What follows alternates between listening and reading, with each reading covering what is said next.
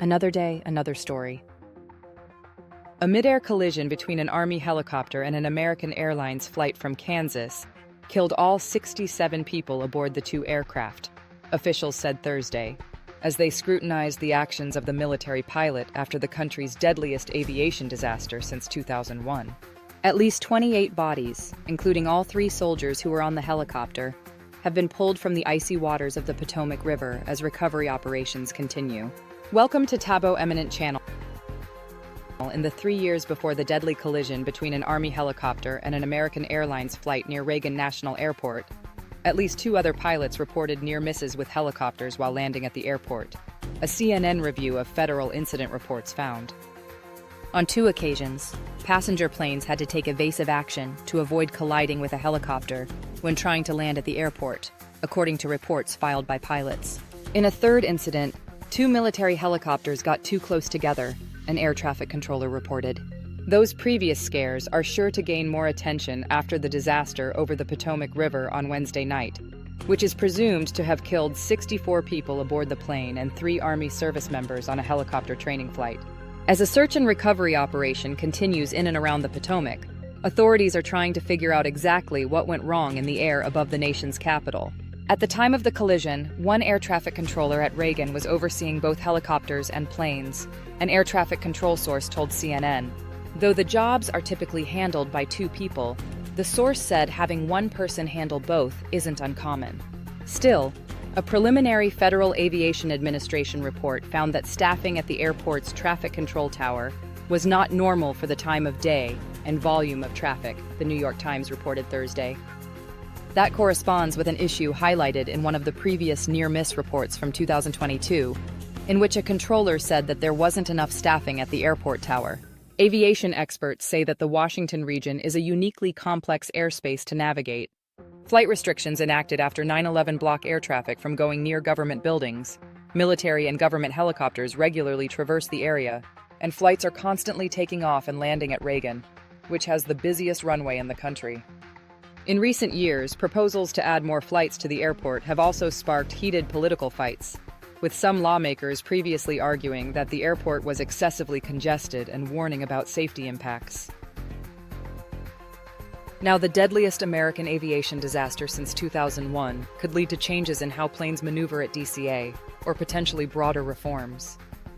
"It's unbelievable how much we fly without incident," said former FAA Administrator Randy Babbitt. "So when we do have one, it lights up everything." An American Eagle plane takes off at Ronald Reagan Washington National Airport on Thursday in the aftermath of the deadly collision. An American Eagle plane takes off at Ronald Reagan Washington National Airport on Thursday in the aftermath of the deadly collision. Eduardo.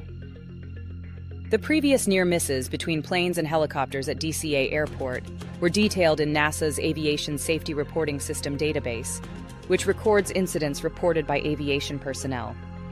The reports are filed anonymously and don't identify specific airlines or flights. In April 2024, a commercial passenger plane pilot wrote that while descending to DCA, the crew received a traffic alert and collision avoidance system alert showing a helicopter about 300 feet below us. The crew took evasive action, according to the report, and then was able to land normally after passing above the helicopter.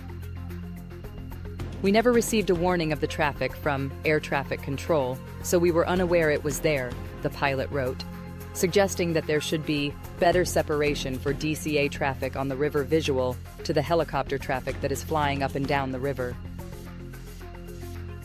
In another incident in October 2022, a pilot of a passenger plane reported that while descending at DCA, the plane's collision avoidance system alerted the crew to nearby traffic and directed them to climb now. The aircraft aborted the landing, circled around, and successfully landed on the 2nd try. "Upon review of the approach path and other information, we estimate we came within 300 feet or less of what turned out to be a helicopter lifting off of the hospital," the pilot wrote. In both of the incidents, the pilots reported that they were landing at runway 19, which was not the runway that the American Airlines flight was set to land on Wednesday night before the collision. Both planes were listed as operating under Part 121, a regulatory certificate that generally covers large U.S.-based airlines and regional air carriers. And in both cases, the pilots reported that they never saw the helicopter they potentially came within a few hundred feet of hitting.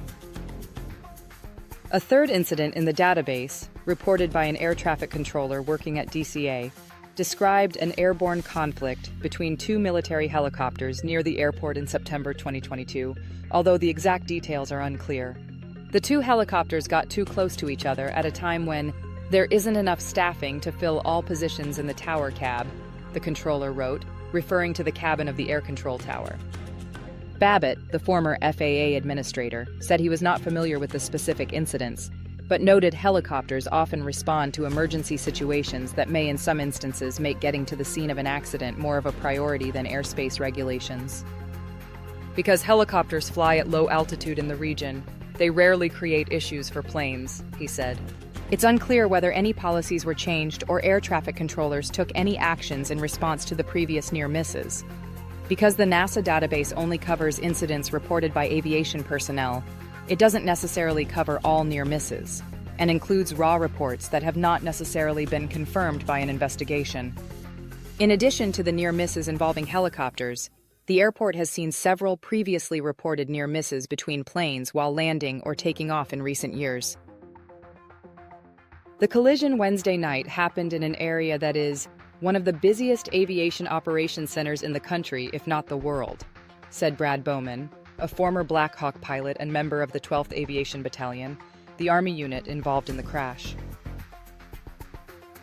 It is a concert or orchestra of activity that requires careful communication and cooperation between pilots and Reagan Tower, Bowman told CNN.